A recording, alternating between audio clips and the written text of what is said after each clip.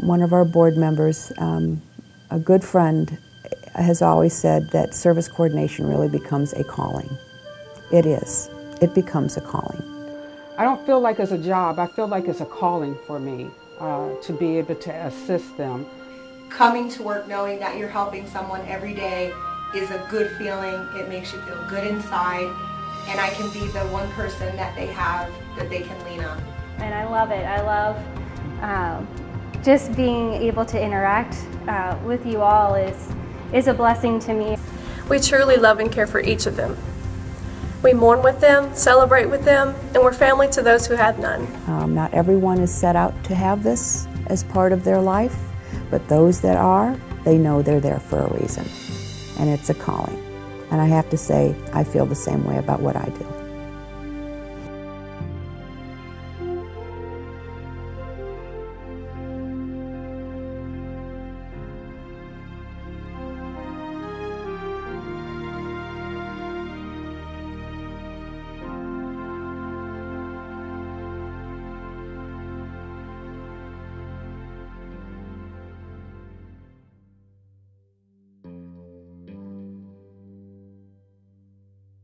So to be that advocate is probably the best part about my job. That's what I love to do, being the advocate.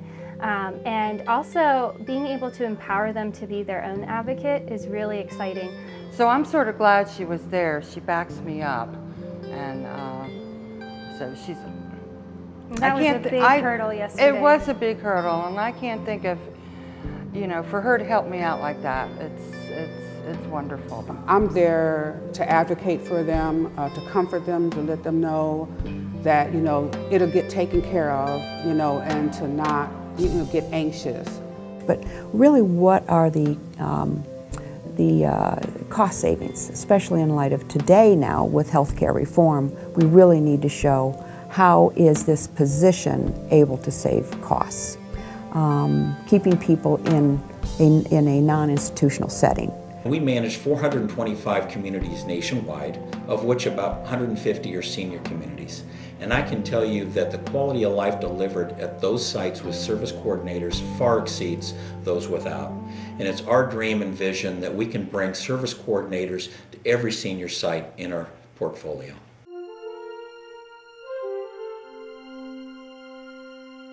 One of the core interests in putting this organization together in the very early days was to make sure that there was representation in terms of diversity. It's about people's ability of working together and being able to acknowledge and accept the differences that we all have, because that brings us a more of a richness, and I honestly, truly do believe it's brought a tremendous richness to this organization. And I certainly would not want to see that change. I'd want to see it embraced and expanded on.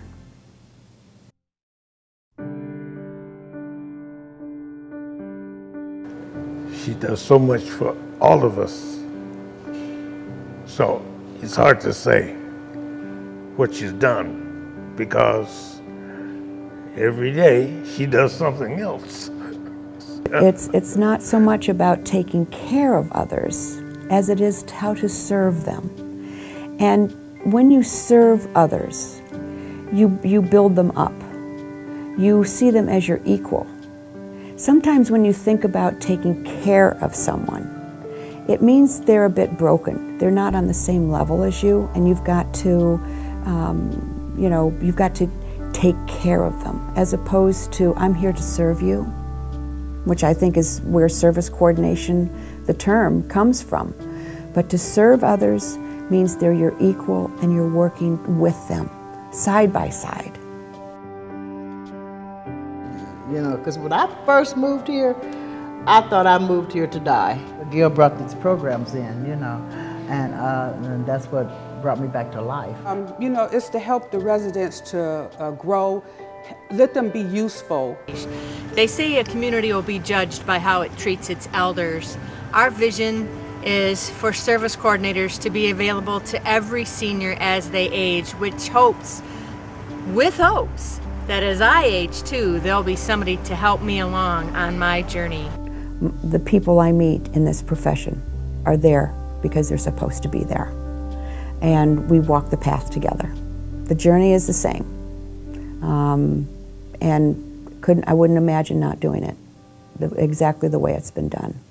It was my calling, and it's their calling.